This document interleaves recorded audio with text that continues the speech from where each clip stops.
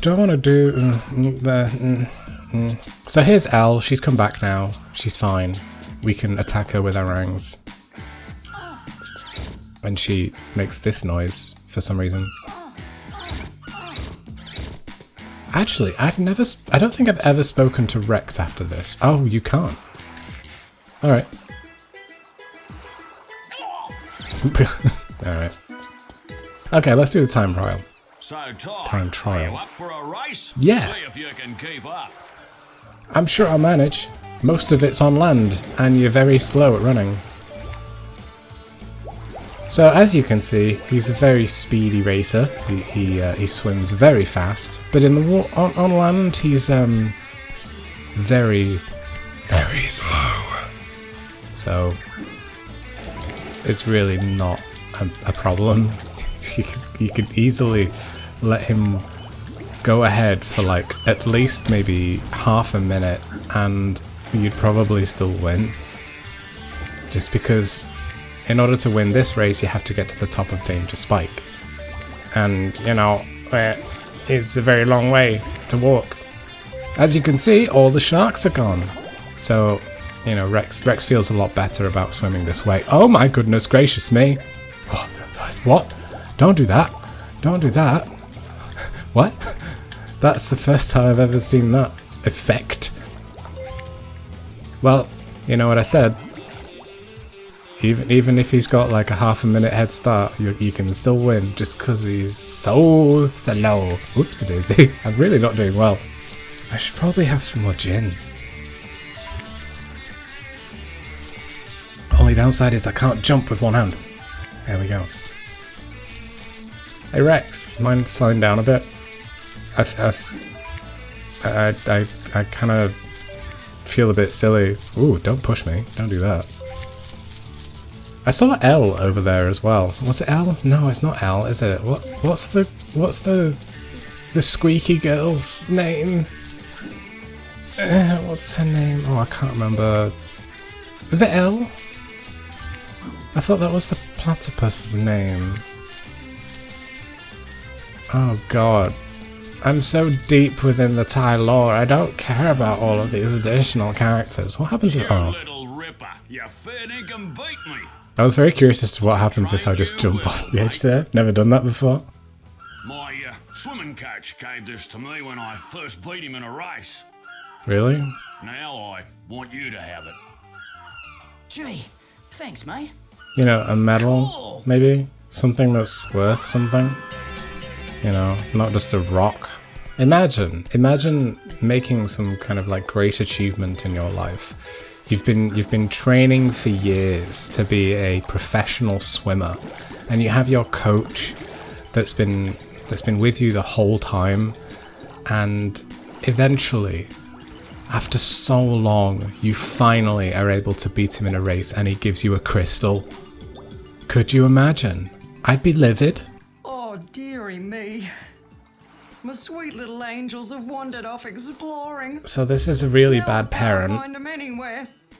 Please, can you help me? She's lost all 8 of her children somehow, and they have been kidnapped by 2 scuba frills.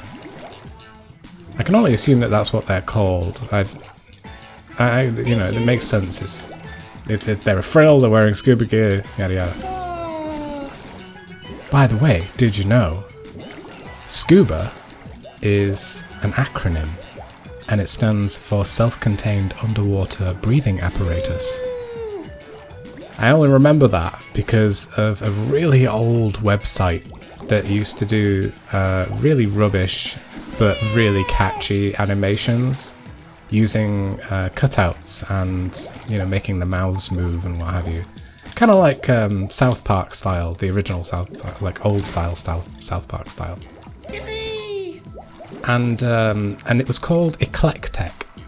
It's a brilliant website. I used to love it as a kid. It was so funny, and it had some political humor, which I didn't always get, but most of the time it was just silliness. And one of them was about scuba gear, and it had the acronym as part of the song. It was quite good. There were, oh god, there were loads. There was one about his granddad's compost bin.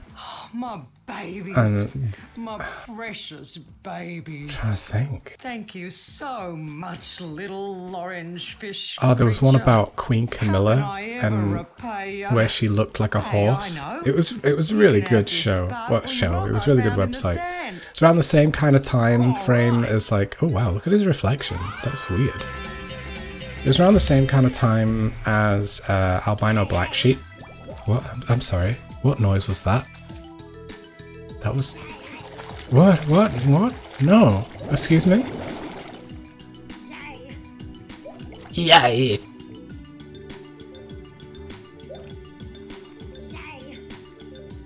Yay! I'm sorry, but that's not a normal noise that people make. Oh, I've been eaten by a fish. Great. Let's wait.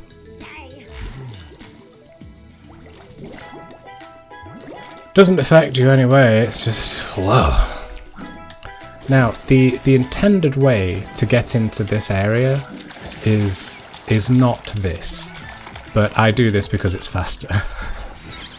You're actually supposed to go to the other side, like all the way over... Oh my goodness gracious me. All the way over there, and there's a tunnel under the water. And, you know, it can bring you up in here. But I don't care to do that because I'm lazy. Mostly. You know what they say about lazy people? They're the most efficient people because they get things done in a way that makes it take less time. Where's the cog? I always lose the cog in here. I think it might be over here. All these reflections, it's so hard to see where anything is. I think it's here. Is it here? Here it is. Like, this one's not too bad. The map is actually still quite linear, despite it being semi-open. You know, there are places that you can go, but they branch. They're not just a one big area. There's the tunnel there, look, you see. Whereas in a later level, a later water level, I should say, this would really hurt, by the way. This is a geyser, you know? I don't know if the water is particularly hot, but the sheer pressure would just...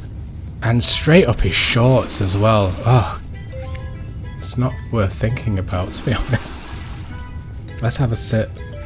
Get some gin in.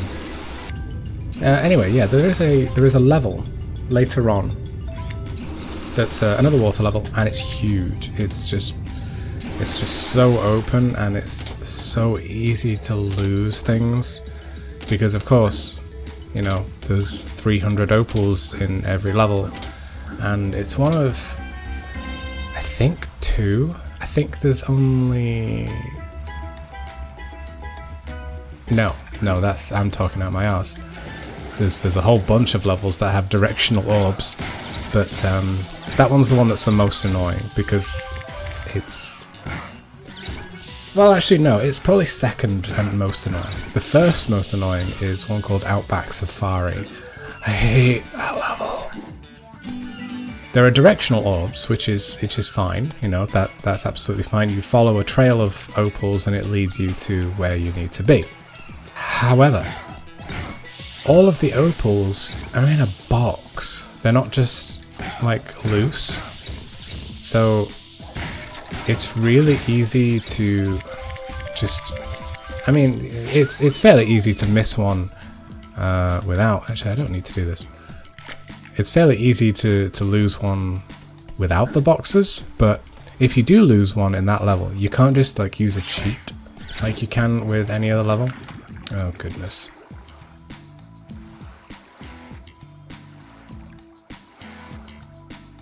The only way to recover from this is literally just to move side to side really quickly. There we go. This one you can't cheat. You have to use the coconut. We're picking coconuts from the coconut tree. It was a good song. That was... What was it? Smile TK? Smile DK? Something like that. Probably DK, because that's short for Denmark, isn't it?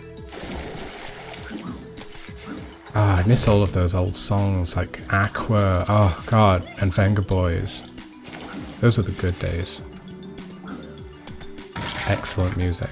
None of this country rubbish. There's a whole bunch of invisible boxes up there, but I can't be arsed. Alright, when we're done with this little lower section, there is another tunnel for us to go through, and we can explore more of the level. How exciting. Time for some gin. Though to be fair, isn't any time for gin? Gin gets you through the morning, gin gets you through the evening. You know, gin is always there for you. It listens, it knows. I'm talking like an alcoholic. I genuinely don't drink all that much.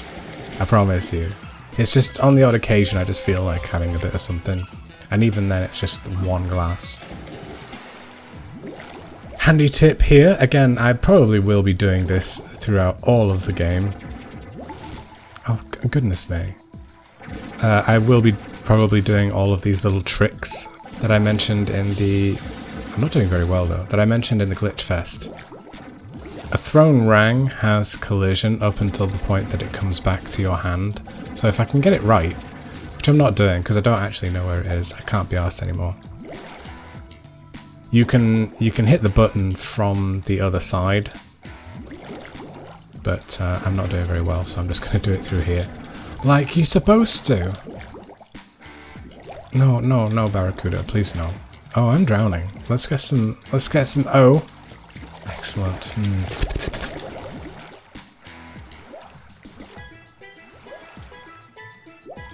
Just swim down, Ty, please. Thank you.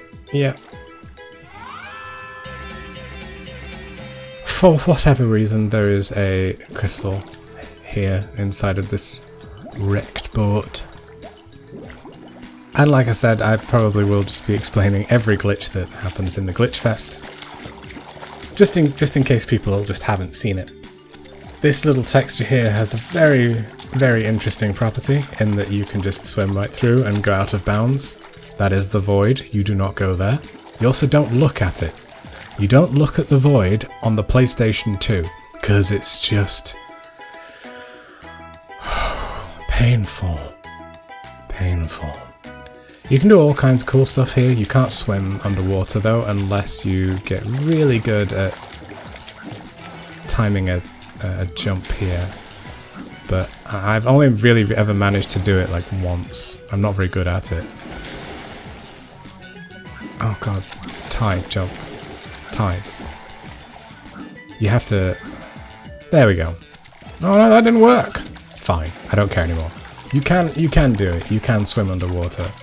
Basically, just don't swim too low, don't, you know, just have fun, really. Get this game, it's a great game. In fact, watch this. This is worth buying the game alone. Isn't it great? That's a cute animation. I'm glad they put it in there. 10 out of 10. Also adding the little paw prints as you're running. It's just so nice to see games like this because it's just so wholesome. It's not like going to war or aliens have invaded. Oh wait, that's the third game.